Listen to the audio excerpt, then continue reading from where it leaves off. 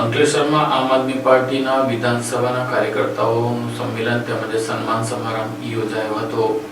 આમ આદમી પાર્ટી અંકલેશ્વર વિધાનસભા દ્વારા કાર્યકર્તા સંમેલન અને સન્માન સમારોહનું આયોજન કરવામાં આવ્યું। કાર્યક્રમમાં મોટી સંખ્યામાં કાર્યકર્તાઓ અને હોદ્દેદારો ઉપસ્થિત રહ્યા હતા। આ પ્રસંગે અંકલેશ્વર વિધાનસભા વિસ્તારમાં સંગઠનને વધુ મજબૂત બનાવવા, જનસંપર્ક વધારવા તેમજ આવનારી વિધાનસભા ચૂંટણીને ધ્યાનમાં રાખી સંગઠનાત્મક તૈયારીઓ અંગે વિસ્તૃત ચર્ચા કરવામાં આવી હતી। કાર્યકર્તાઓને બુથ સ્તરે પક્ષને વધુ સશક્ત બનાવવા, લોકોનો પક્ષો માટે સતત સંઘર્ષ કરવા અને ચૂંટણીલક્ષી કામગીરીમાં સક્રિય ભૂમિકા ભજવવા અનુરોધ કરવામાં આવ્યો। કાર્યક્રમમાં ગુજરાત પ્રદેશ સંગઠન મંત્રી નિરંજનભાઈ, જિલ્લા પ્રમુખ પિયુષ પટેલ, લોકસભા યાકુબભાઈ, નોફલભાઈ, અંકલેશ્વર વિધાનસભા પ્રભારી નીતિનભાઈ તથા અંકલેશ્વર શહેર પ્રમુખ વિનયભાઈ વસાવા ઉપસ્થિત રહ્યા। વક્તાઓએ કાર્યકર્તાઓને પક્ષના વિચારો અને નીતિઓને ઘર ઘર સુધી પહોંચાડવા તેમજ જનહિતના મુદ્દાઓ પર વધુ સક્રિય બની કાર્ય કરવા આહવાન કર્યું। કાર્યક્રમ અંતે કાર્યકર્તાઓનું સન્માન પણ કરવામાં આવ્યું।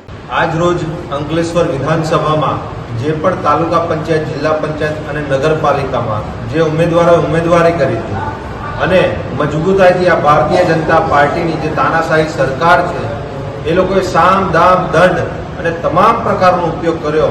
આજે તેવા તમામ ઉમેદવારો અને કાર્યકર્તાઓ જોડે આજે એમને સન્માનપત્ર આપી અને એમણે જે ખૂબ સરસ અને પ્રશંસનીય કામગીરી કરી છે એ બાબતે એમને પ્રમાણપત્રો આપવામાં આવ્યા છે અને સાથે સાથે આવનારી 2027 જે વિધાનસભાનું ઇલેક્શન છે એમાં આ તમામ કાર્યકર્તાઓને સંગઠનમાં સમાવેશ કરી અને સંગઠનને વધુમાં વધુ મજબૂત બનાવી અને 2027માં આ તાનાશાહી સરકાર, આ ડબલ એન્જિનની સરકાર સામે અમે મજબૂતાઈથી લડીએ એ માટે આજે અમે કાર્યકર્તા સંમેલન રાખ્યું હતું અને તેમાં તમામ ઉમેદવારશ્રીઓ, કાર્યકર્તાઓ, પદાધિકારીઓ સૌ અહીંયા ઉપસ્થિત હતા।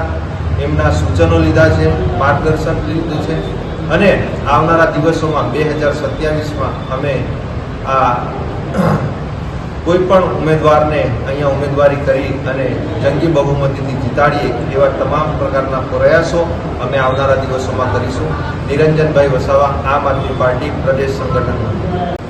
તાજેતરમાં જ સ્થાનિક સ્વરાજનું ઇલેક્શન હમણાં પૂર્ણ થયું ત્યારે સમગ્ર ગુજરાતની અંદર આમ આદમી પાર્ટીએ 5500થી વધારે ઉમેદવારો જ્યારે સ્થાનિક સ્વરાજના ઇલેક્શનની અંદર જ્યારે ચૂંટણી લડ્યા છે ત્યારે આમ આદમી પાર્ટીની અંદર 500થી વધારે ઉમેદવારોને ગુજરાતની જનતાએ જંગી બહુમતી સાથે જ્યારે જીતાડ્યા છે અને ખૂબ દાદાગીરી, તાનાશાહી, પોલીસ, દામ, સામ, દંડ, ભેદની જે રાજનીતિ ભારતીય જનતા પાર્ટીએ જે કરી એની સામે પણ અડીખમ જ્યારે આમ આદમી પાર્ટીના જે તમામ ઉમેદવારો ઉભા રહ્યા અને ખૂબ લડ્યા, ખૂબ સંઘર્ષ કર્યો એ બદલ આજે એમને સન્માનપત્ર આપી એમને સન્માનિત કરવામાં આવ્યા છે।